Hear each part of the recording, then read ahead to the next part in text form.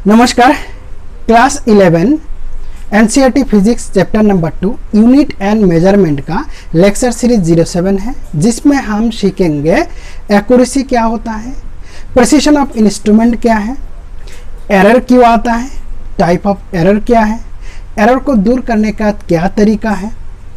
इन तमाम चीज़ इस वीडियो में सीखेंगे, तो इस वीडियो को अंत तक जरूर देखिए। Thank you.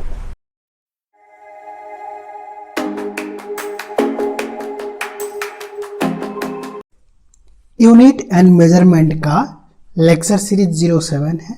Today's topic accuracy, precision of instrument, error and type of error. Accuracy का definition, accuracy of a measurement is a measure of how close the measured value is to the true value, यानी कि true value का measured value कितना करीब है उसको हम accuracy बोलता है। फॉर एग्जाम्पल एक लेंथ है, इस लेंथ का ओरिजिनल मेजरमेंट अगर 2.5 है, देन अगर किसी इंस्ट्रूमेंट से हम इसको मेजर करके मिला 2.7, 2.8 और 2.9 है, तो हम देखेंगे सबसे क्लोजेस्ट कौन सा है, 2.7 है, यानी कि 2.7 एक्यूरेसी है। इस तीनों मेजर्ड में से 2.7 is more accuracy than the other measured. तो ये हो गया एक्यूरेसी का डिफिनीशन, यानी कि मेजर्ड वैल्यू ट्रू वैल्यू का कितना करीब है, कितना क्लोजेस है, how closeness the measured value is to the true value. अभी हम देखेंगे precision of instrument. Precision of instrument का है, इंस्ट्रूमेंट का प्रिसिशन क्या है। एक्यूरेसी और प्रिसिशन दोनों अलग अलग वर्ड है। एक्यूरेसी का डिफिनेशन हमने क्या पढ़ा कि ट्रू वैल्यू का कितना करीब है, जितना करीब होगा उसको हम एक्यूरेसी मानेंगे। प्रिसिशन का 3 डेफिनेशन है, इस तीनों पॉइंट को एक एक करके हम देखेंगे। पॉइंट नंबर 1 बोल रहा है, precision tell us to what resolution और limit the quantity is measured. Resolution depend on least count of instrument, यानी कि इंस्ट्रूमेंट का, जिस इंस्ट्रूमेंट से हम मेजर कर रहा है उस मेजर्ड इंस्ट्रूमेंट का लिमिटेशन क्या है, रेजोल्यूशन क्या है, कितना लेवल तक वो मेजर कर सकता है। इसको देखने के लिए हमने इस 3 इंस्ट्रूमेंट का रेफरेंस लेंगे, मीटर स्केल, वर्नियर कैलिपर और स्क्रू गेज। इन तीनों का अलग अलग लिस्ट काउंट है। लिस्ट काउंट वो होता है जिसे हम स्मॉलेस्ट वैल्यू मेजर कर सकता है। जैसे मीटर स्केल का अगर हम लिस्ट काउंट की बात करते हैं तो इसका लिस्ट काउंट है 1 mm। वर्नियर कैलिपर का लिस्ट काउंट होता है 0.1 mm और स्क्रू गेज का लिस्ट काउंट है 0.01 mm, यानी कि ये 1 डेसिमल और स्क्रू गेज से हम 2 डेसिमल तक मेजर्ड कर सकता है। ठीक, अगर इस रॉड का ओरिजिनल वैल्यू, ट्रू वैल्यू 2.72 है, इतना मिलीमीटर है, तो मीटर स्केल से मेजर करने से, मीटर स्केल कितना तक मेजर कर सकते हैं, मिलीमीटर, यानी कि पॉइंट में ये मेजर नहीं करेगा, तो मीटर स्केल का मेजरमेंट आएगा 2 mm। वर्नियर स्केल का मेजरमेंट आएगा 2.7 mm और स्क्रू गेज का मेजरमेंट आएगा 2.72 mm है।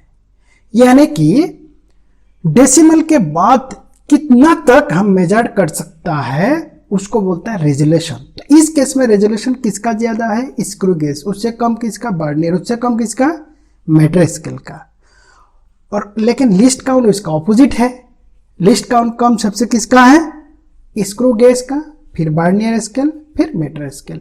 यानी कि जिसका लिस्ट काउंट कम है उसका रेजोल्यूशन ज्यादा है, उसका लिमिटेशन यानी कि हाई पॉइंट डेसिमल तक हम मेजर कर सकता है। तो इस केस में प्रिसाइज कौन सा ज्यादा है, स्क्रू गेज, उससे कम प्रिसाइज क्या है, वर्नियर कैलिपर, उससे कम क्या है, मीटर स्केल। यानी कि least count is inversely proportional to the resolution, यानी कि किसी का अगर रेजोल्यूशन हो तो रेजोल्यूशन से इनवर्सली प्रोपोर्शनल है, और resolution is directly proportional to precise. जिसका रेजोल्यूशन ज़्यादा है उसका प्रिसाइज ज़्यादा है। तो जिसका लिस्ट काउंट कम है उसका रेजोल्यूशन ज़्यादा है और उसका प्रिसाइज ज़्यादा है। तो कभी अगर इस प्रकार आता है तीनों स्केल में कौन प्रिसाइज ज़्यादा है, हु इज मोर प्रिसाइज, तो हम बोलेंगे स्क्रू केस। नेक्स्ट देखते हैं नेक्स्ट पॉइंट क्या बोल रहा है, मोर इंफॉर्मेशन मोर प्रिसीशन। हम दोनों घड़ी की मदद से देखेंगे। लेफ्ट वाला घड़ी है, इसमें अगर टाइम बताया जाता है तो इसमें यानी कि आवर्स का है, मिनट्स का है, सेकंड का है, तो हम बोल सकते हैं 5:52 और 31 सेकंड है।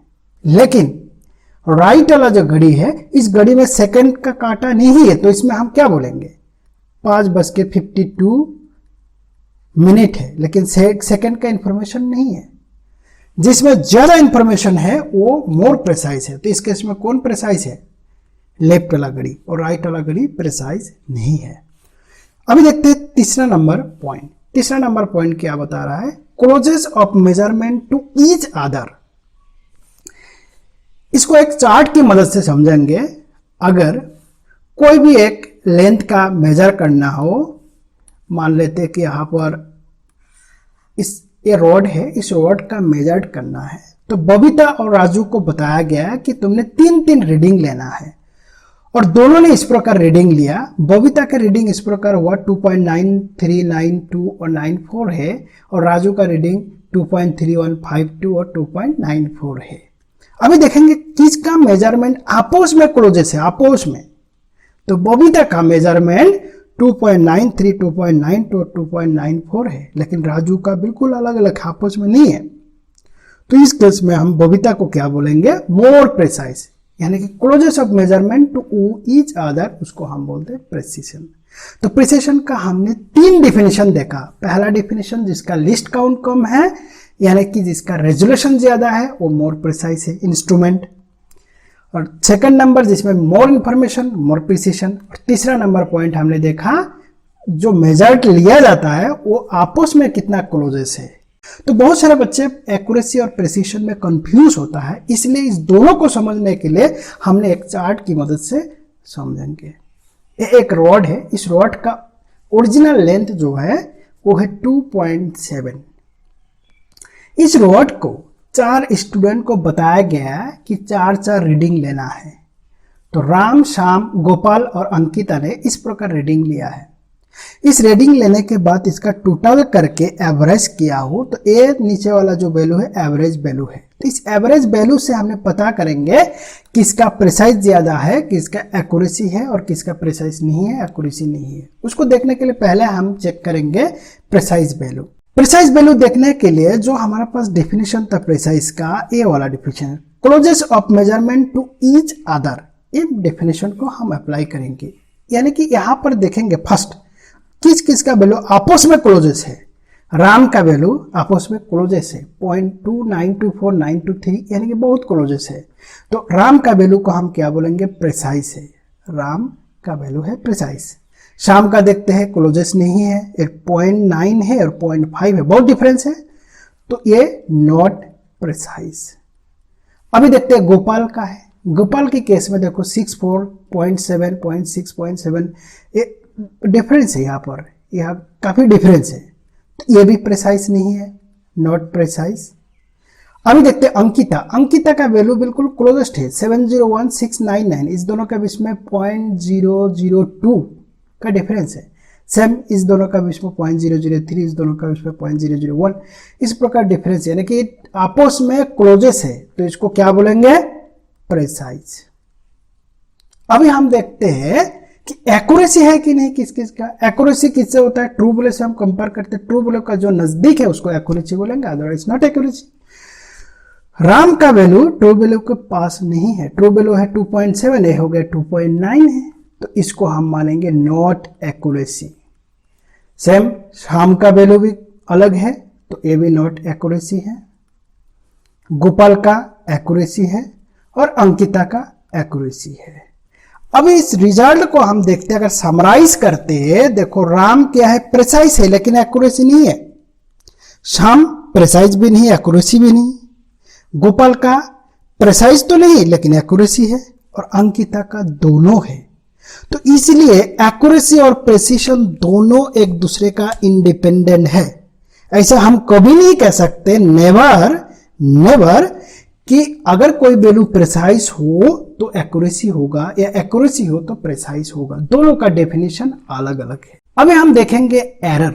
Error is the difference between true value and measured value. यानी कि यहां पर देखते हैं ट्रू वैल्यू और मेजर्ड वैल्यू है। ये क्या होता है, मेजर्ड वैल्यू क्या है, ट्रू वैल्यू क्या है।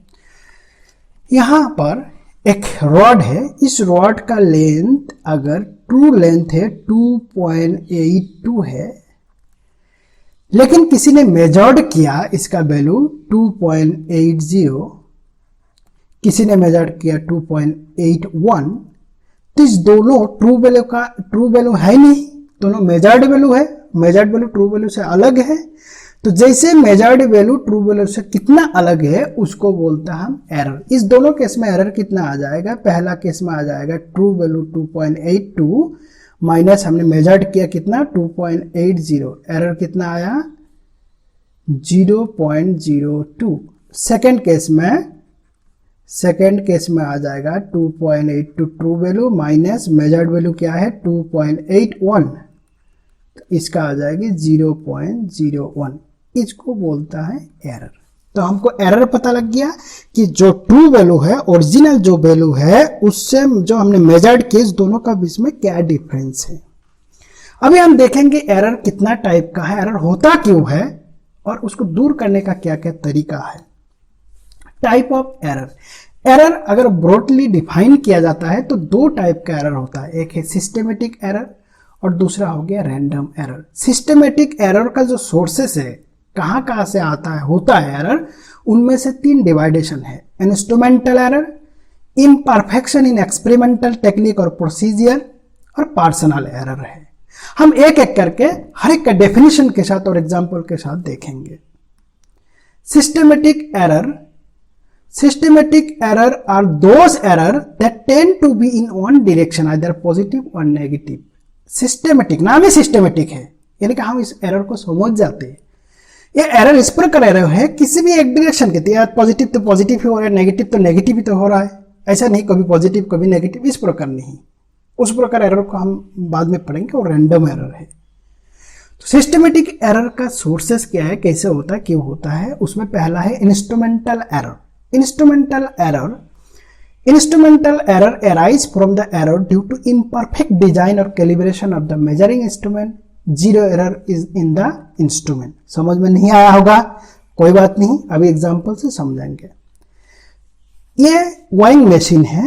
इस वाइंग मशीन का अगर इनिशियल मेजरमेंट कितना होना चाहिए, जब हमने इसके ऊपर कुछ नहीं रखा तो उस केस में इसका मेजरमेंट होना चाहिए 0.00, लेकिन डिफॉल्ट होने के वजह से, डिफेक्ट होने के वजह से इसमें पहले से 500 ग्राम यानी कि 0.5 ज्यादा दिखाता है। अभी इसमें अगर हमने 5 किलो का कोई वेट रखेंगे, एक्चुअल वेट कितना है 5 kg, लेकिन अभी शो कर रहा है कितना, मेजर्ड कितना करेगा 5.5 kg, तो इसमें एरर कितना आया 500 ग्राम, यानी कि हाफ किलो का एरर आएगा। वो एरर किसके वजह से आया, इंस्ट्रूमेंट का वजह से, यानी कि इंस्ट्रूमेंट में जीरो एरर है। जीरो एरर का मतलब इंस्ट्रूमेंट में जब हम कोई मेजर नहीं लेता है उस केस में उसका जो रीडिंग है वो जीरो होना चाहिए, लेकिन इसमें नहीं है। इस प्रकार एरर को हम बोलते हैं instrumental error. Same instrumental error vernier caliper, screw gauge में भी होता है, उसमें भी जीरो एरर इफेक्ट आता है। अगर किसी ने वर्नियर कैलिपर और स्क्रू गेज का वीडियो नहीं देखा तो डिस्क्रिप्शन में उसमें लिंक मिल जाएंगे, आप वहां जाके देख सकते हैं। नेक्स्ट देखते हैं इम्परफेक्शन इन एक्सपेरिमेंटल टेक्निक और प्रोसीजर। ये कौन सा एरर है, ये एरर जब हम एक्सपेरिमेंट करते हैं उसका प्रोसीजर जो अडेप्ट करते हैं उसकी गलत होने के वजह से एरर आ सकता है। फॉर एग्जाम्पल एक क्या है, थर्मोमीटर है। इस थर्मोमीटर से अगर किसी इंसान की टेम्परेचर मेजर करना है तो इस थर्मोमीटर को हमने कहाँ रखना चाहिए, इस थर्मोमीटर को हम अगर आर्म पिट की यानी कि आर्म के बाजू के साइड में रखते हैं, जो वैल्यू आता है वो वैल्यू हमेशा इसका ओरिजिनल बॉडी टेम्परेचर से कम आता है, यानी कि एरर होता है। ये किसके वजह से हुआ कि हमने जो प्रोसीजर अडॉप्ट किया वो प्रोसीजर गलत है। इसके जगह अगर हम मुंह में रख ले या जीभ के अंदर रखते हैं तो उसका मेजरमेंट सही आता है। तो इस प्रकार जो मेजरिंग करने के टाइम में जो प्रोसीजर अडॉप्ट किया, गलत प्रोसीजर की वजह से जो एरर आता है उसको बोलते हैं इम्परफेक्शन इन एक्सपेरिमेंटल टेक्निक है। नेक्स्ट हम देखते हैं पर्सनल एरर। पर्सनल एरर जिन्होंने मेजर्ड करता है उसकी पर्सनल केयरलेस की वजह से होता है। ठीक, lack of proper setting of apparatus को सही से सेटिंग नहीं किया या इंडिविजुअल केयरलेसनेस किया जब ऑब्जर्वेशन लेने के टाइम में। उसका एग्जांपल इससे देखेंगे, अगर किसी ने एक लेंथ मेजर किया एक स्केल से, इस स्केल का reading, actual reading green line से बताया है कि 19.70 ml है इस स्केल का जो रीडिंग है ओरिजिनल। लेकिन उन्होंने अगर इस तरफ से देखता है तो उसका वैल्यू मिल जाता है 19.82। अगर इस तरफ से देखता है लेफ्ट की तरफ से 19.62, यानी कि दोनों केस में एरर आएगा। अगर वो बंदा 90 डिग्री एंगल से ना देख के कोई राइट या लेफ्ट में कुछ एंगल से देखता है, इस दोनों केस में एक एरर आएगा। इस प्रकार एरर को बोलता है पैरेलैक्स एरर, यानी कि इंडिविजुअल की जो ऑब्जर्वेशन लेने का जो तरीका है, ऑब्जर्वेशन की टाइम में अगर केयरलेस हो गया, उस प्रकार एरर को बोलते हैं पर्सनल एरर। अभी हम देखेंगे कि रैंडम एरर क्या है। Random error are those error which occur irregularly। इसका कोई रेगुलरिटीज नहीं है, इसका कोई ऐसा नहीं कि पॉजिटिव पॉजिटिव की तरह नेगेटिव नेगेटिव, कभी भी किसी भी तरह हो सकता है। ये इसलिए होता है कि इसको अनप्रेडिक्टेबल है, हमने इसको पता ही नहीं लगा सकते कि कारण क्या था। जैसे हमारे पास जो वोल्टेज आता है, उस वोल्टेज हाउस होल्ड में जो वोल्टेज आ जाता है वो 220 वोल्ट है।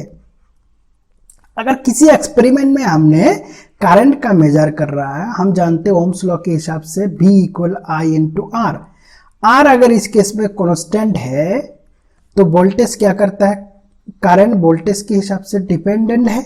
अगर वोल्टेज बढ़ जाएगा तो करंट भी बढ़ जाएगा।